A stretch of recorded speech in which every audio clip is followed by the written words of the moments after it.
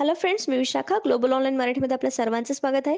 आजच्या व्हिडिओमध्ये आपण मुंबई युनिव्हर्सिटी पेट 2021 साठीच म्हणजे MU पेटसाठी रिसर्च मेथॉडॉलॉजी म्हणजे संशोधन कार्यप्रणाली या विषयाचे MCQs बघणार आहोत.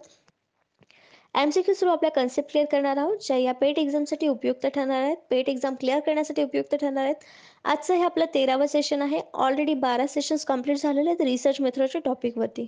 सेशनला सुरू करण्यापूर्वी जे स्टुडंट्स या एक्झामसाठी प्रिपरेशन करणार आहे त्यांच्यासाठी आमच्याकडे एक स्पेशल क्रॅश कोर्स आहे, ज्याच्यामध्ये तुम्हाला ही एक्झाम क्रॅक करण्याचा एक मंत्र मिळणार आहे, ज्यामध्ये तुम्हाला फुल सिलेबस व्हिडिओ लेक्चर्स मिळणार आहेत, फुल सिलेबस नोट्स मिळणार आहेत, 10 टेस्ट मिळणार आहेत. रिसर्च मेथॉडॉलॉजीवरती जास्तीत जास्त प्रॅक्टिस करून तुम्ही ही एक्झाम क्रॅक करू शकता. त्यासाठी ह्या 10 टेस्ट आहेत स्पेशल रिसर्च मेथॉडॉलॉजीवरती. तर या सर्वचा अभ्यास करून तुम्ही सहजपणे ही टेस्ट जे आहे, पेट एक्झाम जे आहे ते क्लिअर करू शकता.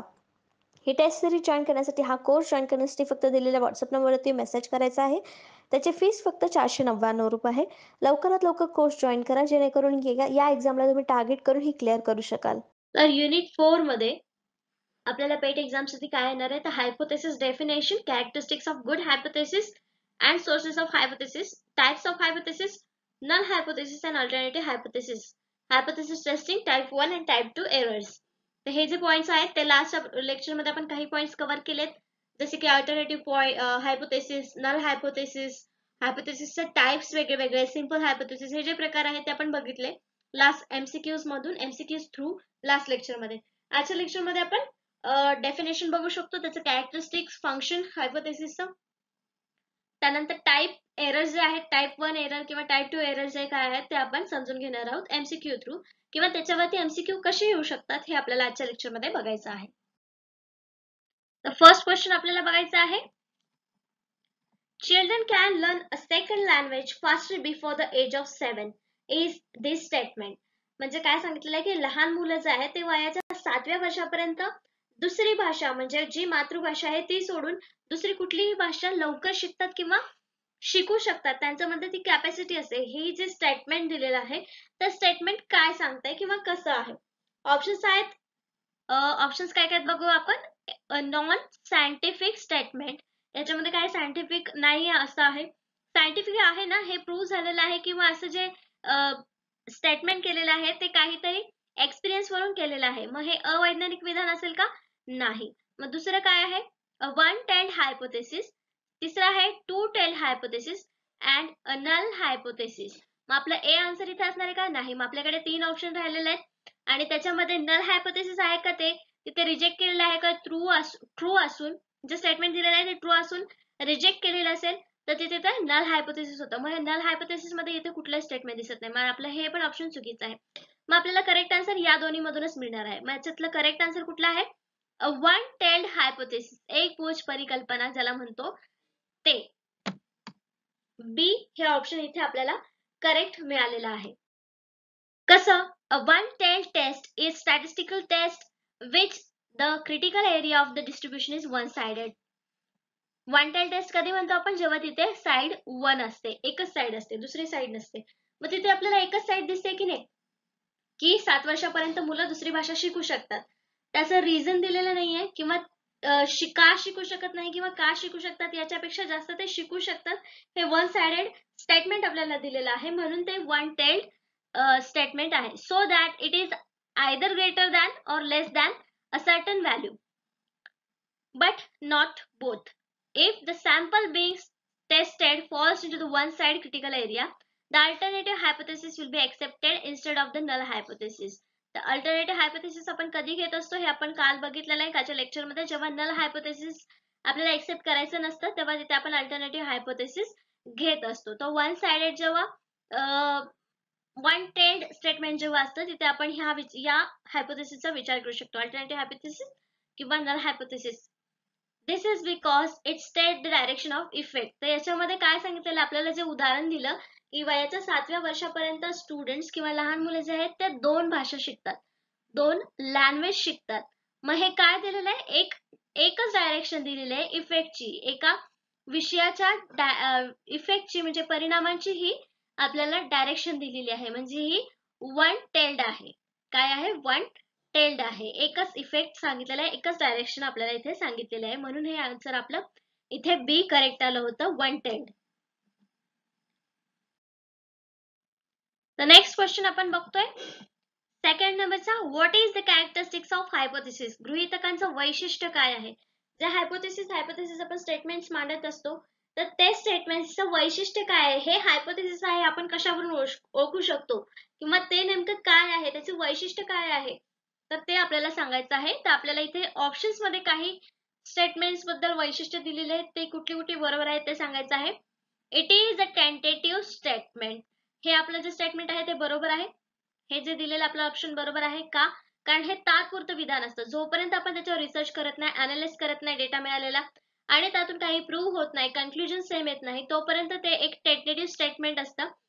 आणि जे कन्क्लुजन मध्ये प्रूव्ह होतं तेव्हा ते मग एक फायनल स्टेटमेंट होऊ शकतं. पण हे हायपोथेसिस हे टेंटेटिव्ह स्टेटमेंट असतं, ज्याच्यावरती आपण रिसर्च करतो. नेक्स्ट आहे इट्स व्हॅलिडिटी इज अननोन. मग हे सुद्धा आपल्याला बरोबर आहे. त्याची व्हॅलिडिटी काय आहे, वैधता काय आहे, हे आपल्याला काहीच माहित नसतं. एक अंदाजा स्टेटमेंट आपण तिथे मांडलेलं असतं की पुढे पुढे असा रिझल्ट आपल्याला मिळेल. मग हे पण आपलं आन्सर इथे बरोबर आहे. मग 2 ऑप्शन इथे आपलं बरोबर आलेलं आहे. मग 2 ऑप्शन असणार कुठला आन्सर आहे का इथे, नाहीये. एकच ऑप्शन आहे आपल्याला, जे आहे डी ऑल ऑफ दी अबो. हे तर आपल्याला मिळालं, पण तिसरं पण आपल्याला चेक करायचं आहे. In the most cases it specifies a relationship between 2 or more variables. बहुतांश घटनांमध्ये हे 2 किंवा अधिक व्हेरिएबल्स बद्दल संबंध निर्दिष्ट करते. मग हे पण स्टेटमेंट आपण लास्ट लेक्चर मध्ये चेक केलं होतं की हे जे आहे वैशिष्ट्य ते हायपोथेसिस आहे, किंवा हायपोथेसिसचं हे काम आहे की 2 व्हेरिएबल्स मधला रिलेशनशिप स्पेसिफाय करणं. म्हणून हे जे तिन्ही स्टेटमेंट्स आहेत, तिन्ही ऑप्शन्स जे आहेत ते हायपोथेसिसचे कॅरेक्टरिस्टिक्स आहे असं आपण म्हणू शकतो. आणि ते तिन्ही कॅरेक्टर असल्यामुळे आपल्याला या क्वेश्चनचा आन्सर काय मिळणार आहे, D all of the above. वरील सर्व वैशिष्ट्ये ही गृहीतकाची आहेत, किंवा characteristics of hypothesis is all of the above असं आपण म्हणू शकतो. तर इथे अजून काय काय हायपोथेसिसचे कॅरेक्टरिस्टिक्स दिलेत, वैशिष्ट्य दिलेत. तर दिलेलं आहे hypothesis should B clear and precise.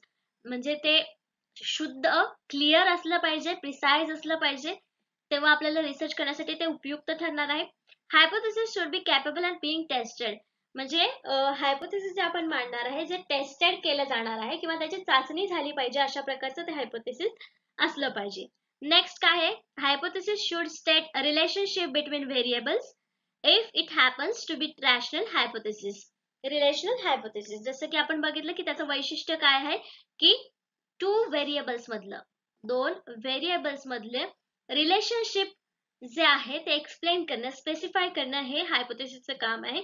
तर याचाही अर्थ तेच सांगतो आहे की hypothesis should state relationship between variables.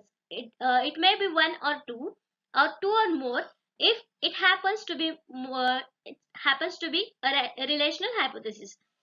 Next काय आहे आपला, इथे बघितलं आपण 3, 1, नेक्स्ट बघितलं 2, हे होतं 3 नंबरचं होतंय. आणि आता आपण 4th नंबरचं कॅरेक्टर बघतोय, कशाचं, हायपोथेसिसचं. Hypothesis should be limited in scope and must be specific. तर हायपोथेसिस कसा असावा, लिमिटेड असावा, आणि दुसरं मस्ट बी स्पेसिफिक. स्पेसिफिक म्हणजे काय, तर क्लिअर असावा, आपल्या विषयाशी रिलेव्हंट असावा. दुसरा कुठलाही त्याच्यामध्ये भुसा भरणं ज्याला आपण म्हणतो की एक्स्ट्रा थिंग्स त्याच्यामध्ये असणं. मोठ्याच्या मोठं हायपोथेसिस मध्ये स्टेटमेंट केलं तर ते आपल्याला अवघड होतं एखादा रिसर्च करण्यासाठी. म्हणून ते त्यांनी काय सांगितलेलं की लिमिटेड असावं आणि स्पेसिफिक असावं, म्हणजे ते आपल्याला सोपं जाईल. नेक्स्ट क्वेश्चन बघतोय आपण 3rd नंबरचा. What is not a function of hypothesis. गृहीतकाचं कार्य काय नाही. तर आपण जेव्हा क्वेश्चन नीट वाचत नाही तेव्हा आपण आपल्या हाताचे मार्क्स घालवतो. आपल्याला हे तर माहितीये की त्याचे हायपोथेसिस कॅरेक्टरिस्टिक्स काय आहेत आणि फंक्शन पण काय असणार आहेत हे आपल्याला थोडक्यात समजलेलं आहे. पण आपल्याला प्रश्न विचारलाय की what is not a function of hypothesis. हायपोथेसिसचं कुठलं काम नाहीये हे आपल्याला सांगायचंय. चारही ऑप्शन त्याच्यामध्ये येणार नाहीयेत. जेव्हा आपण वाचू तेव्हा आपल्या लक्षात येईल की एक फंक्शन यातलं नाहीये.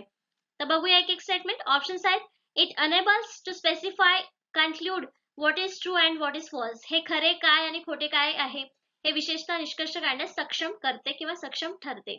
तर हे स्टेटमेंट बरोबर आहे. कशासाठी आपण हायपोथेसिस मानतो की जे खरं आहे किंवा काय खोटं आहे हे काढण्यासाठी एक स्टेटमेंट किंवा निष्कर्ष काढण्यास मदत करतं.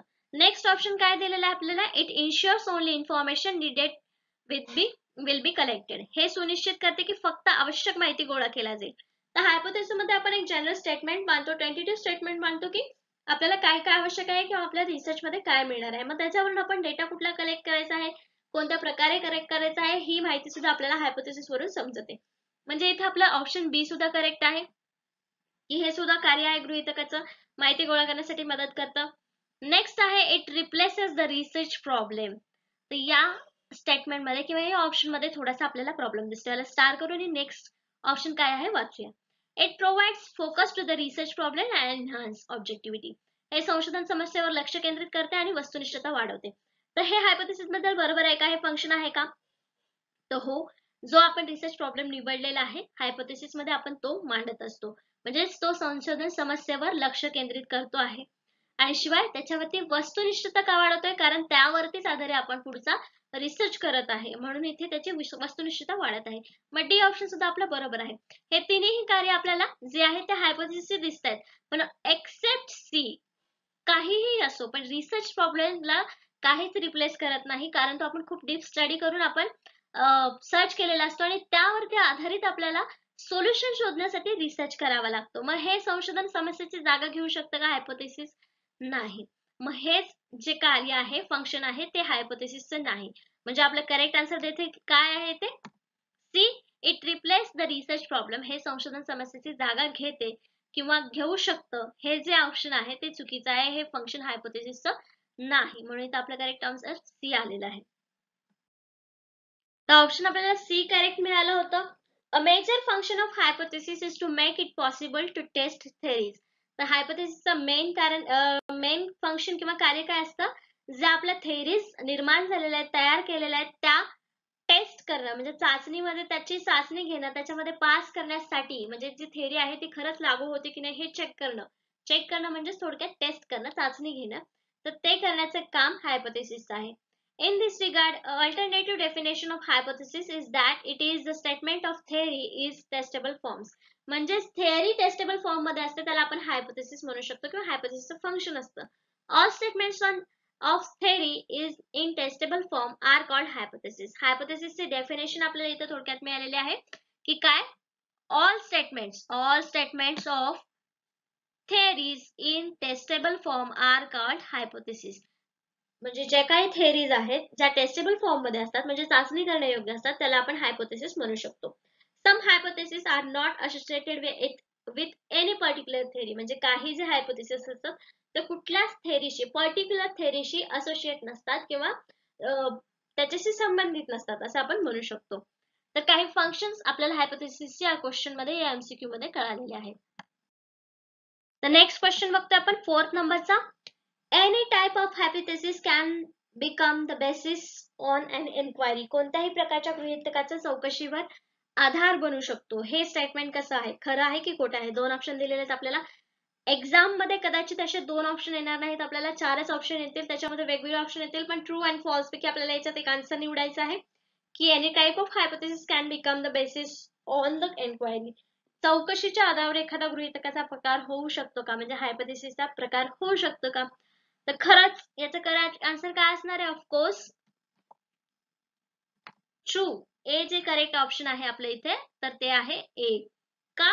तर कसलीही एन्क्वायरी असू द्या, आपण कसलाही क्वेश्चन निवडू द्या, आपण जे काही क्वेश्चन निवडतोय त्याच्यावरती आपण एन्क्वायरीज करतोय ना, मग त्याच्यावरती आपण हायपोथेसिस मांडू शकतो.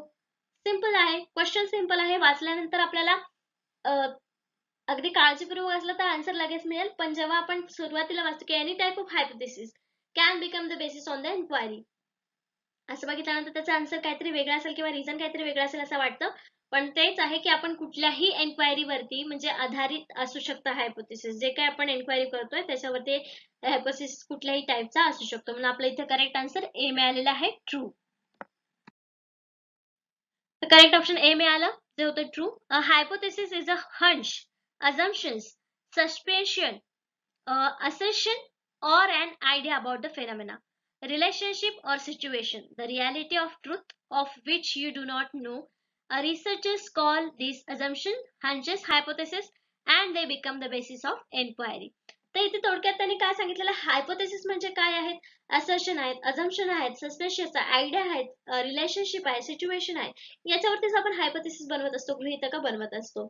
आणि तेच कशाबद्दल असतात, सत्य घटना किंवा जे खऱ्या घटना आहेत, ट्रुथ आहे, त्यावरतीच हे बनलेलं असतं. पण ज्या घटना आपल्याला माहिती नाहीयेत त्या, आणि त्या प्रूव्ह करण्यासाठी मग आपण वेगळी थेअरी मांडतो, वेगळा रिसर्च करतो. पण आधी हे काय मांडत असतो आपण, स्टेटमेंट जे ट्रू आहेत, रियालिटी आहेत, पण जे अननोन आहेत, कोणाला माहिती नाहीत. मग त्यालाच आपण काय म्हणतो, अझम्पशन्स किंवा हायपोथेसिस असं म्हणतो, जे आपण एन्क्वायरीच्या बेसवर करतो. म्हणजे आपल्या इथं करेक्ट आन्सर जे स्टेटमेंट होतं ते ट्रू आलं होतं. The basic idea of hypothesis is that there is no predetermined outcome. For a hypothesis to be termed as a scientific hypothesis, it has to be something that can be supported or refuted through carefully crafted experimentation and observation. तर hypothesis मध्ये basic काय आहे, तर basic जी idea आहे आपली ती that there is no predetermined outcome, म्हणजे पहिले तिथेच काहीच आउटकम मिळालेलं नसतं. जे आपल्याला करायचं आहे ते सगळं आपल्याला अंदाज बांधून तिथे एक स्टेटमेंट करायचं असतं. जी माहिती आपल्याला माहिती नाहीये त्याबद्दल आपल्याला काहीतरी लिहायचं असतं, एक विधान करायचं असतं हायपोथेसिस म्हणजे. नेक्स्ट क्वेश्चन बघतोय 5th नंबरचा. A total of 60% of females and 30% of males in the study population are smokers.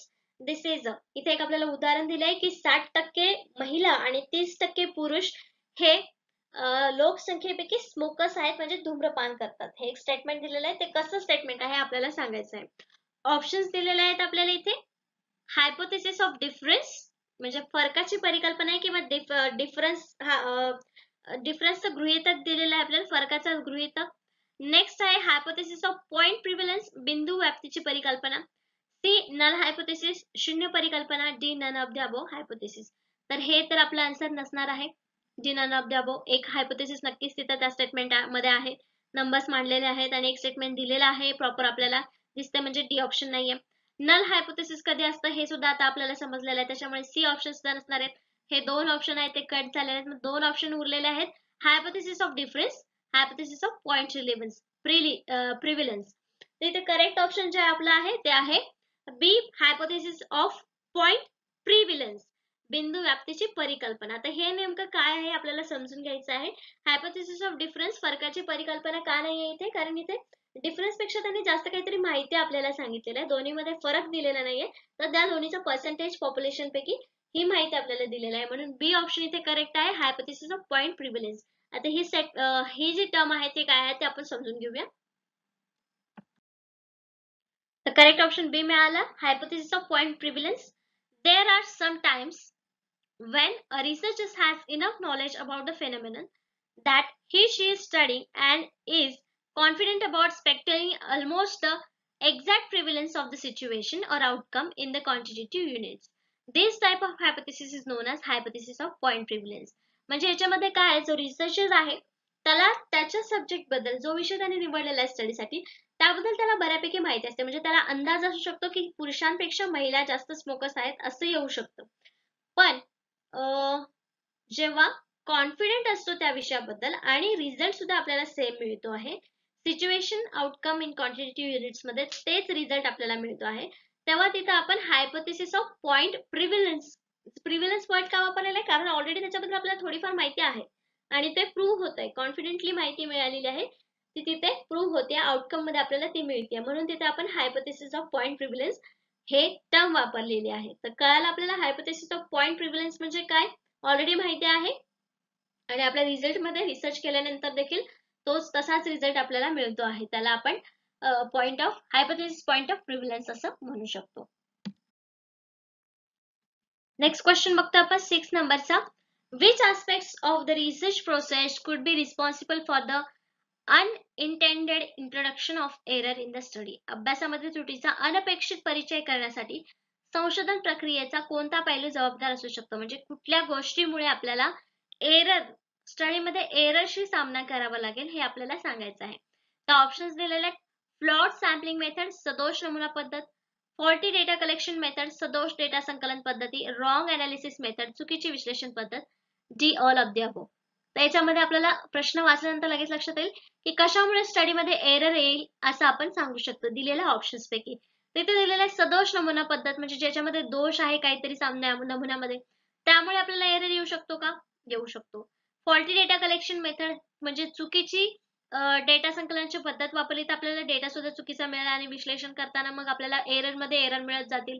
मग हे सुद्धा रिझन असू शकतं आपल्याला स्टडीमध्ये एरर मिळण्याचं, अनपेक्षित एरर मिळण्याचं. रॉंग एनालिसिस मेथड, चुकीची विश्लेषण पद्धत देखील वापरली तरी सुद्धा आपल्याला अनपेक्षित म्हणजे जी अपेक्षा नाहीये तसे तर त्यामध्ये देखील एरर मिळेल आपल्याला स्टडीमध्ये. म्हणजे हे तिन्ही जे ऑप्शन्स आहेत आपल्याला 1A, B आणि C तिन्ही पॉइंट्स मध्ये आपल्याला एरर मिळू शकतात. हे जर चुका झाल्या आपल्या रिसर्च मध्ये तर नक्कीच तिथे आपल्याला स्टडीमध्ये एरर मिळणार आहे. मग करेक्ट ऑप्शन आपलं काय असणार आहे? D, all of the above. वरील सर्व जे पॉइंट्स आहेत त्यामध्ये आपल्याला म्हणजे अनपेक्षित परिचय करण्यासाठी तिन्ही पॉइंट आपल्याला कारणीभूत ठरू शकतात. तर या क्वेश्चनचा आपल्याला डी ऑप्शन करेक्ट मिळाला, all of the above. Survey sampling and sample frame errors occur when wrong sub population is used to select the sample. इथं आपल्याला एक एक्झाम्पल मिळू शकतं. कधी जेव्हा सर्वे सॅम्पलिंग मध्ये आपण चुकीच्या फ्रेम निवडतो, सॅम्पल फ्रेम्स निवडतो, चुकीचे गट निवडतो आपल्या रिसर्च साठी, तेव्हा आपल्याला एरर्स दिसून येऊ शकतात किंवा आपल्याला व्यवस्थित माहिती न मिळाल्यामुळे देखील एरर आपल्या स्टडीमध्ये मिळू शकतात. Or because of variation in the number of representativeness of the sample that responds, but the resulting sample is not representative of population concern. The sample हा is not a representative of population concern. हा एक वेगळा गोष्ट झाला. हे एक उदाहरण आपल्याला दिले की एरर कशामुळे येऊ शकतात, पण जे आपण मागे पॉइंट्स बघितले ते सुद्धा आपल्याला एरर येण्यासाठी किंवा रिसर्च मध्ये स्टडी मध्ये एरर मिळवण्यासाठी कारणीभूत ठरू शकतात किंवा कारणीभूत ठरतात.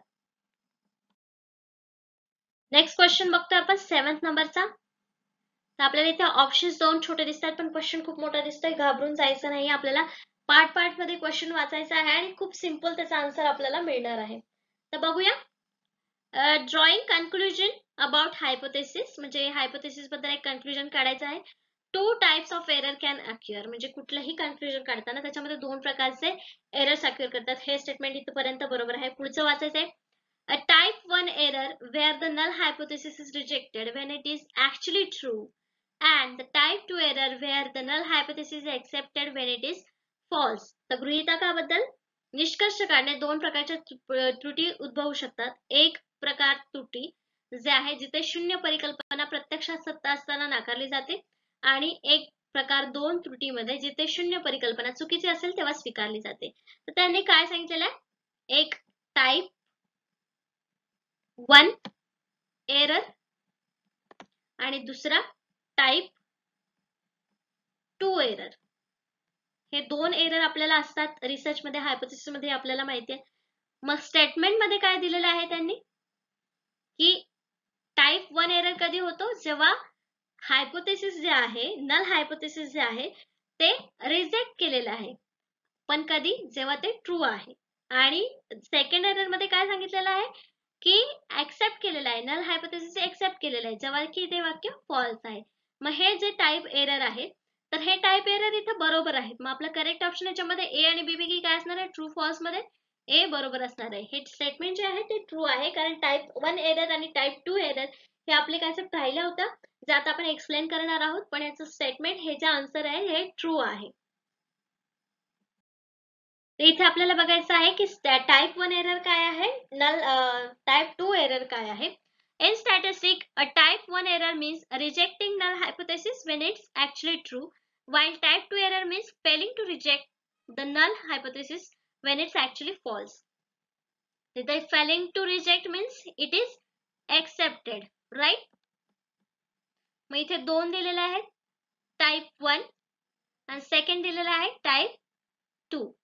तर नल हायपोथेसिस आपण असं लिहितो, नल हायपोथेसिस, आणि इकडे पण आपण लिहूया नल हायपोथेसिस. तर नल हायपोथेसिस जे आहे रिजेक्ट करतो कधी? जेव्हा ते ऍक्च्युअली ट्रू असतं तेव्हा तो टाइप 1 एरर असतो. आणि नेक्स्ट मध्ये काय ते आपण नल हायपोथेसिस एक्सेप्ट करतो जेव्हा ते चुकीचं असतं किंवा फॉल्स असतं. तर हे जे 2 अपोजिट एरर्स आहेत हे आपल्याला लक्षात ठेवायचं आहे. ज्याच्यामध्ये नल हायपोथेसिस हा एक्सेप्ट करतो जेव्हा ते चुकीचं असतं तेव्हा तो टाइप 2 असतो. बरोबर?